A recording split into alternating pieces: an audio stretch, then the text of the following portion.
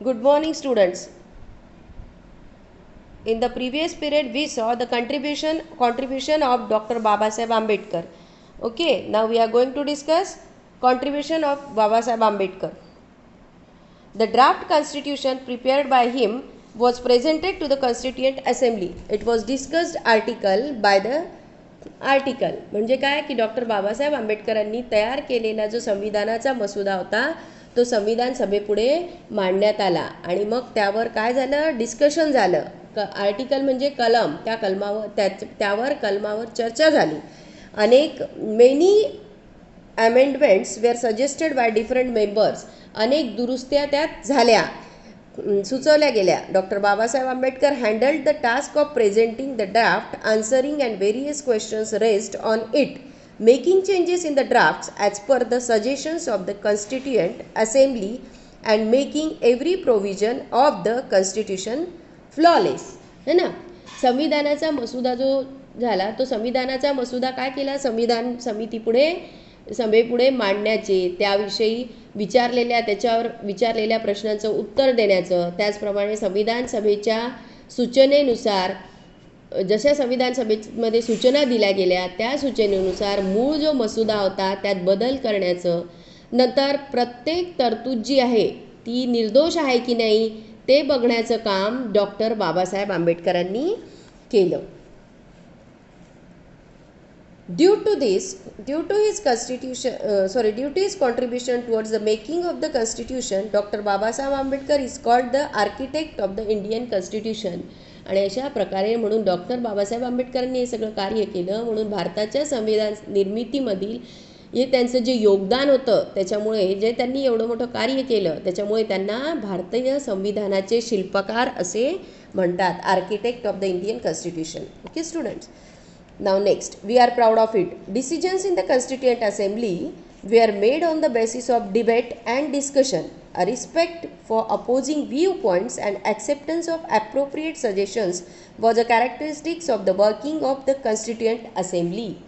म्हणजे काय की ही आपल्यासाठी किती अभिमानास्पद बाब आहे हे बघायचं आपल्याला की संविधान सभेत चर्चा व विचार विनिमयाच्या संविधान सभेत जी चर्चा व विचार विनिमयाच्या आधारे काय झालं, निर्णय घेण्यात आले. विरोधी मत होते त्या विरोधी मतांचा आदर ठेवला व त्यांच्या योग्य सूचनांचा त्यांच्या योग्य सूचना होत्या त्याचा स्वीकार, हे तेथील कामकाजाचं काय होतं, वैशिष्ट्य होतं.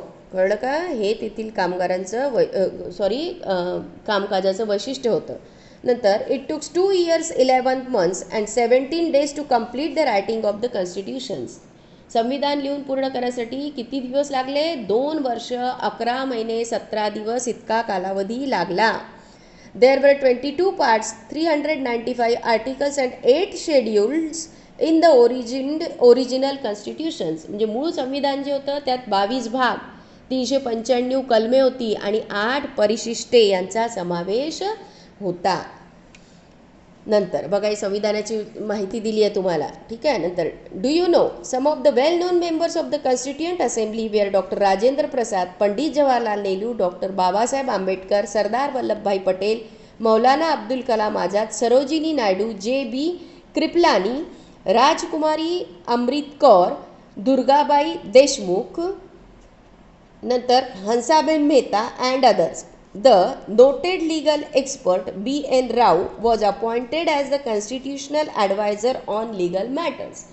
तर या संविधान सभेमध्ये कोण कोण होतं, doctor Rajendra Prasad, Pandit Jawaharlal Nehru, doctor Babasaheb Ambedkar, Sardar Vallabhbhai Patel, Maulana Abul Kalam Azad, Sarojini Naidu, J B. Kripalani, नंतर राजकुमारी अमृत कौर, दुर्गाबाई देशमुख, हंसाबेन मेहता, है ना.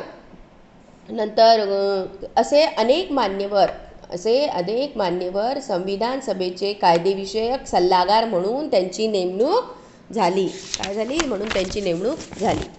नंतर next page. The constituent assembly enacted the constitution and adapted it on the 26 November 1949. काय झालं मग, अशा प्रकारे देशाचा राज्यकारभार चालवण्याला अशा प्रकारे सुरुवात झाली. The Constituent Assembly enacted the Constitution and adopted it on the 26 November and 1949. मग अशा प्रकारे काय झालं की कॉन्स्टिट्युएंट असेंब्ली जी होती ती इनॅक्टेड द कॉन्स्टिट्यूशन, अशा प्रकारे देशाचा राज्यकारभार चालवण्याला सुरुवात झाली आणि अडॉप्टेड इट ऑन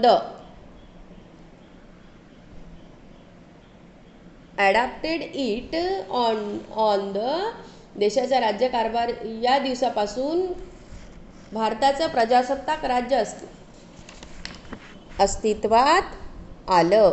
कळलं का? सांगितलं ना, 26 जानेवारी 1950 पासून संविधानातील तरतुदीनुसार काय झालं, देशाचा राज्यकारभार सुरू झाला आणि त्या दिवसापासून भारताचं प्रजासत्ताक राज्य अस्तित्वात आलं.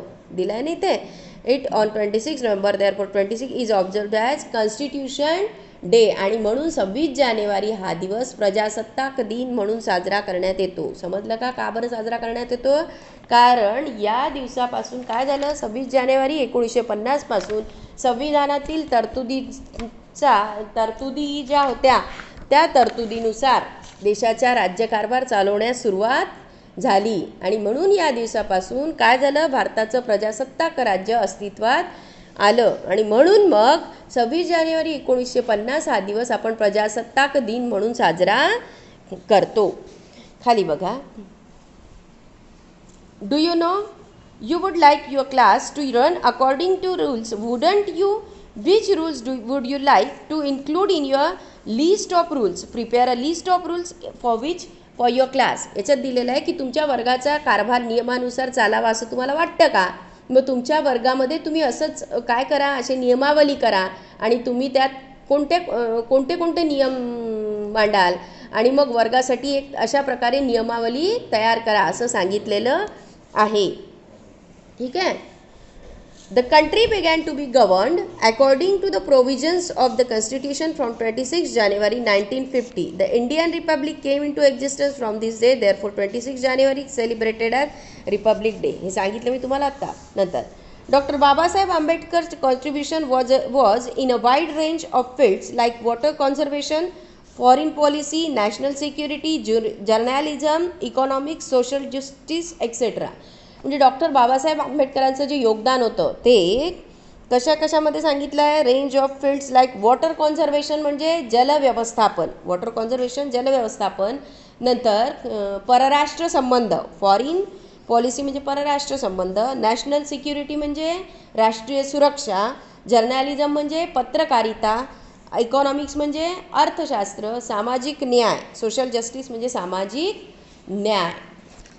अशा विविध क्षेत्रात डॉक्टर बाबासाहेब आंबेडकरांचं योगदान होतं. Okay students, now look here. हे पाहे पंडित जवाहरलाल नेहरूंचं चित्र आहे हे. नंतर वल्लभभाई पटेल दिलेले आहेत. नंतर मौलाना आझाद यांचं चित्र काढलेलं आहे आणि सरोजिनी नायडू. नंतर नेक्स्ट पेज नंबर 67 वर there is a picture. Now look here. This is the picture of doctor Babasaheb Ambedkar presenting the draft of the Indian constitution to doctor Rajendra Prasad, president of the constituent assembly. म्हणजे भारतीय संविधानाचा जो मसुदा होता त्या संविधान सभेचे अध्यक्ष कोण होते? डॉक्टर राजेंद्र प्रसाद है ना. भारतीय संविधानाचा मसुदा संविधान सभेचे अध्यक्ष डॉक्टर राजेंद्र प्रसाद होते. तर यांना सादर करताना जे संविधान सभेचे अध्यक्ष कोण होते? डॉक्टर राजेंद्र प्रसाद. तर यांना भारतीय संविधानाचा जो मसुदा तयार केला होता तो सादर करतानाचं चित्र आहे. कोण सादर करत आहे? डॉक्टर बाबासाहेब आंबेडकर. ठीक आहे. हे कोण आहेत? राजेंद्र प्रसाद. ठीक आहे. नंतर अशा प्रकारे like this we have completed this lesson. Okay students, now your homework is you have to read this lesson and learn and write difficult words of this lesson. Now after this I will send you the answers of these questions which are on page number 67. 67 वर असलेल्या प्रश्नांचे उत्तरांचे photo मी तुम्हाला पाठवणार आहे. ते answers तुम्हाला आपल्या वहीत लिहायचे आहेत आणि पाठ करायचे. Like this we have completed the syllabus of history civics. Okay students, म्हणजे हिस्ट्री आणि सिविक्सचा फर्स्ट टर्म एक्झामचा सिलेबस आपला पूर्ण झालेला आहे. अशा प्रकारे तुम्हाला हिस्ट्रीचे 4 लेसन आहे आणि सिविक्सचा 1 लेसन आहे. याची ओरलसुद्धा होणार आहे आणि रिटर्नसुद्धा होणार आहे. तर तुम्हाला मधलेसुद्धा क्वेश्चन आन्सर्स लर्न करायचे आहेत. म्हणजे लेसन रीड करायचं आहे, त्याच्यावरून तुम्हाला जर काही ऑब्जेक्टिव्ह झाले तर तुम्ही लिहू शकाल. Okay students, thank you.